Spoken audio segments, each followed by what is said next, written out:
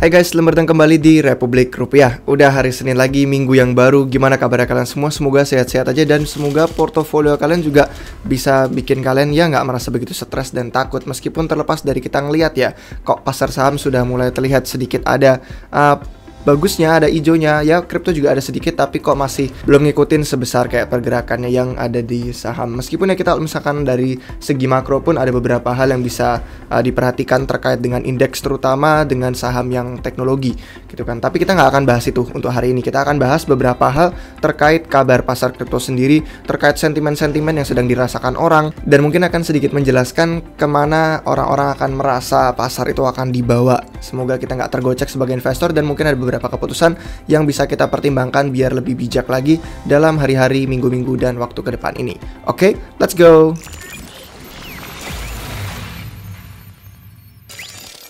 Hai guys, selamat datang kembali di Republik Rupiah. Kalian baru mulai perjalanan kripto dan butuh informasi lebih lanjut, atau sudah berpengalaman dan ingin menyelam lebih dalam?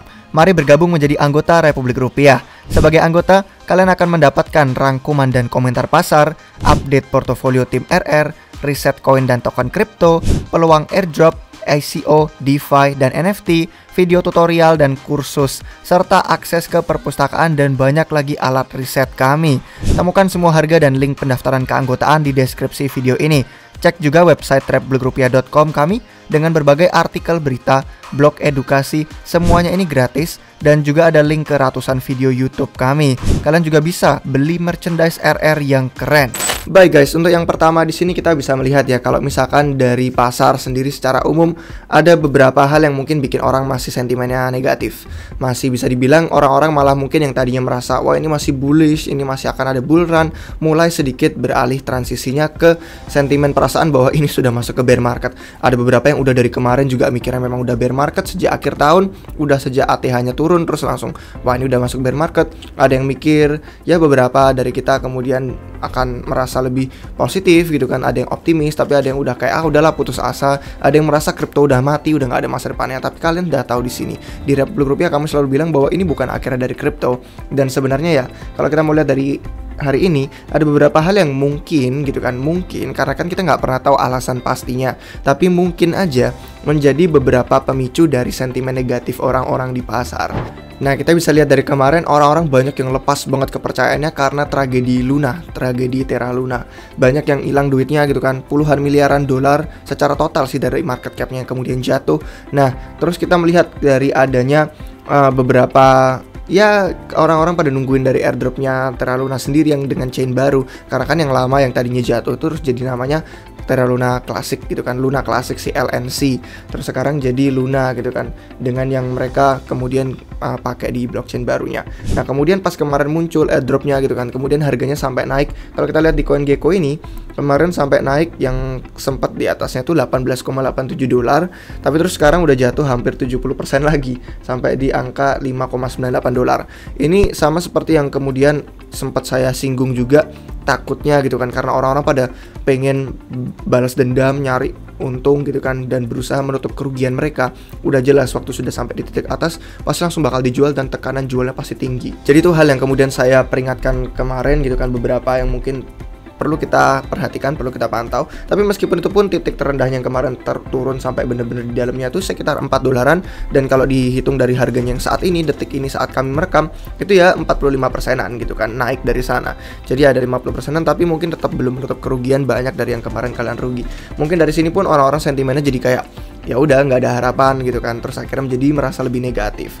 Selain itu ada dari sisi laporan, ini laporan dari Fed sendiri tentang stabilitas finansial, stabilitas keuangan. Ini laporan bulan Mei 2022 dan ini ada 86 halaman, jadi nggak mungkin kita bahas di sini. Tapi secara garis besarnya ada salah satu hal yang dibagikan di sini karena kan ada rangkuman dari Coinbiro. Kalau kalian tahu salah satu channel YouTube kripto terbesar di yang berbahasa Inggris, Coinbiro merangkum dan ada analisis yang dia bagikan dari laporan ini yang bilang bahwa yang nggak banyak uang memang yang beredar di pasar saat ini untuk bisa mendorong kripto harganya naik.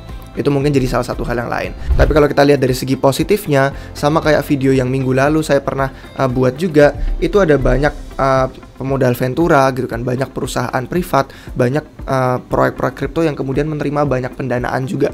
Mereka menggalang dana sampai belasan miliar dolar gitu kan. Kemarin termasuk salah satunya Andreessen Horowitz, terus ada Starknet juga, ada juga yang Layer Zero yang kemarin sempat saya bagikan di video, dan ada beberapa nama lain juga yang tetap menerima aliran dana positif gitu kan untuk masuk menurut pengembangan mereka, terlepas dari pasarnya yang lagi penuh volatil dan ketidakpastian seperti ini.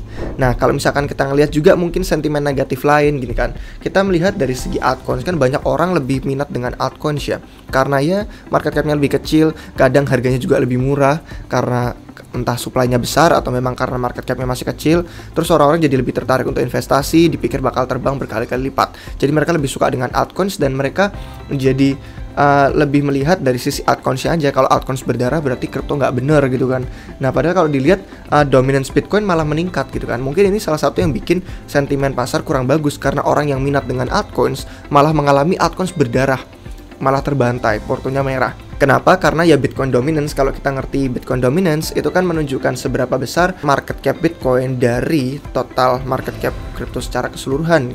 Nah, kalau misalkan kita lihat di sini sampai 46%, yang kemarin belum lama ini masih di bawah 40-an 5 gitu kan. Sini malah 41. Terus kemarin di sini cuma 43-an, dan pas titik terendahnya kemarin di awal tahun itu cuma 39-an%. Dan sekarang udah kembali ke 46%, dan mungkin bakal terus naik sampai 50% atau lebih, kita nggak tahu ya. Tapi kita lihat nanti aja seperti apa.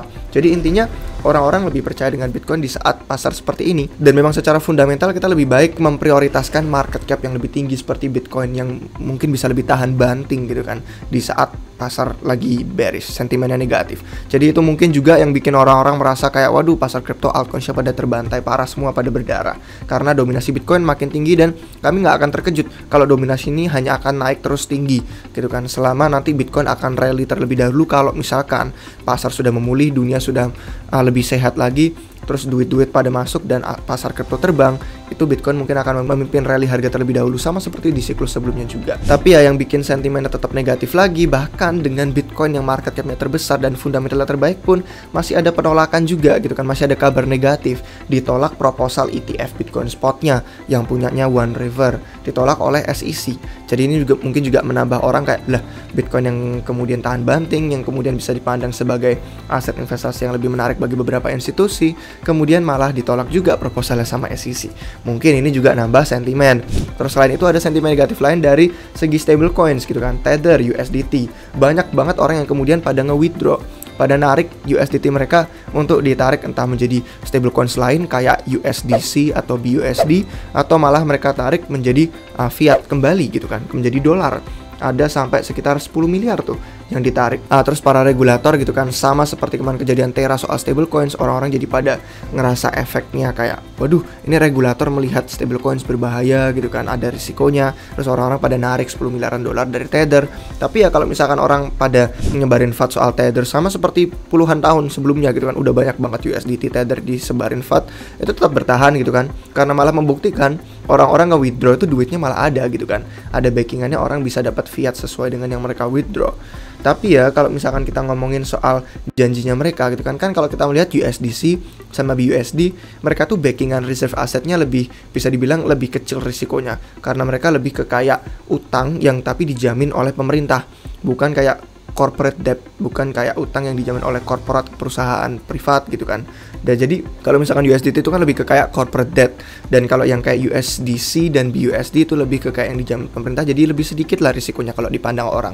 Itu akhirnya mereka berjanji untuk terus mengurangi gitu kan commercial paper holding yang mereka punya di reserve asset itu, sama seperti berita di Decrypt ini. Jadi mungkin ada beberapa janji yang bisa kita lihat nanti reserve asetnya lebih meyakinkan lagi gitu kan, untuk bisa orang nggak takut lah yang namanya bank run lagi kayak Terra. Misalkan orang-orang pada nge-withdraw, pada takut tekanan jual besar, terus nanti lepas. Ya sempat sih kemarin lepas patokannya juga kan, pack dolarnya Tether sempat lepas dikit kemarin gara-gara kejadian Terra. Tapi kemudian kita lihat ada buktinya, ada cadangan asetnya di balik Tether USDT yang beredar. Orang-orang bisa nge-withdraw dan mereka dapat fiat sesuai jumlahnya yang tepat.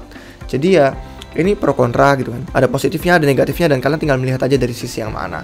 Tapi ya kalau misalkan kita melihat dari sentimen ini kan banyak negatifnya. Tapi kalian kalau udah nontonin dari 2 minggu, 3 minggu, bahkan sebulanan terakhir video kami, bahkan sejak akhir tahun, banyak banget potensi yang bullish dan bagus untuk masa depan. Jadi penting untuk kita melihat dari dua sisi.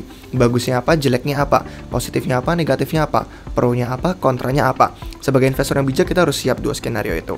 Dan setelah kita melihat semua sentimen negatif ini, mungkin patut untuk kita merenungkan di saat bear market ya.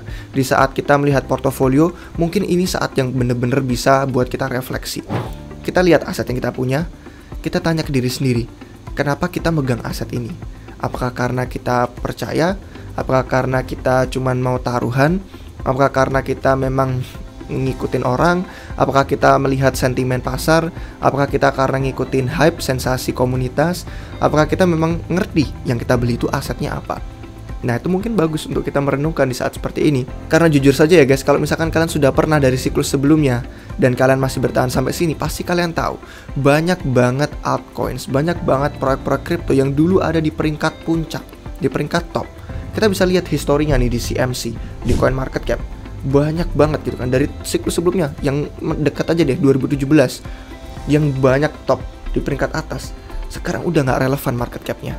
Dan jangan kaget kalau banyak dari altcoins atau aset kecil-kecil market cap yang ya bener-bener mini lah kalau dibilang orang-orang micin gitu kan, itu nggak bakal balik lagi ke all time high-nya. Jadi kalau misalkan kita berharap untuk balik ke all time high dengan melihat bear market seperti ini, kita harus berhati-hati. Kalau kita melihat historisnya gitu kan, ini kita lihat ya, kayak Litecoin sudah di peringkat berapa yang tadinya peringkat 5, IOTA, NEM, Dash gitu kan sudah di mana sekarang. Terus kayak EOS sudah nggak relevan lagi, smart contract yang digadang-gadang bakal membunuh Ethereum udah nggak terdengar lagi gitu kan. Qtum, Verge, banyak banget ini nama-nama yang ini list gitu kan, proyek privasi yang kemarin bener-bener ya kita lihat sempat ada banyak hype juga. Next, Ardor, OmiseGo, BitShares, BitConnect yang kemudian malah jadi scam gitu kan. Ini nama-nama yang lucu aja sih kalau kita melihat gitu kan, proyek yang bener-bener top, market capnya tinggi. Kita lihat secara historis di siklus sebelumnya, nggak ada lagi sekarang. Bukan nggak ada, lebih kayak nggak relevan. Market capnya bener-bener antara stagnan atau malah turun drastis. Dan jangan terkejut kalau banyak dari aset yang kita punya di portofolio mungkin yang market cap kecil, yang mungkin nggak jelas, kita nggak ngerti kenapa beli itu, mungkin ngikutin kata orang, mungkin sentimennya buruk, kemudian nggak bakal balik ke all time high-nya. Itu jangan kaget karena pernah terjadi sebelumnya, dan kami pun yakin akan terjadi di saat seperti ini juga, di siklus ini. Banyak banget yang mungkin kalau kita nggak yakin, lebih baik kita bisa refleksi diri aja portofolio itu. Apakah kita paham aset yang kita beli? Ekspektasi kita apa? Dan jangan berharap terlalu berlebihan kalau tanpa punya analisis dan riset fundamental yang benar, yang tepat. Jadi mungkin ini hal yang bisa kita pelajari dari sentimen negatifnya. Kan kemarin banyak banget nih kita ngomongin soal positif, bullish, bagus masa depan. Dan kemudian saya bacain komentar banyak yang bilang, "Bang, jangan positif mulu dong, karena kita kan harus lihat dari sisi sebaliknya." Nah, ini sisi negatifnya, sisi kontranya. Kita harus bisa merefleksikan diri dan sebagai investor bijak, bersiaplah dengan dua skenario itu. Itu mungkin yang bisa kita bagikan untuk hari ini. Gimana guys menurut kalian? Semoga kalian suka dan semoga ini bermanfaat untuk kalian. Kalau kalian suka videonya silahkan like. Kalau kalian nggak mau ketinggalan video terbarunya, silahkan subscribe ke channel YouTube Republik Rupiah. Karena besok pun kami akan ada video menarik terkait meramal masa depan. Gimana caranya kita bisa membuat prediksi yang kemungkinannya bagus sebagai trader, sebagai investor yang bisa berinvestasi lebih baik lagi di pasar kripto. Dan di hari-hari berikutnya pun ada banyak banget informasi menarik yang sedang kami siapkan dan sedang kami edit di sini di Republik Rupiah. Terima kasih guys untuk yang sudah nonton sampai akhir. Sampai jumpa kalian semua lagi di video yang berikutnya. Cheers.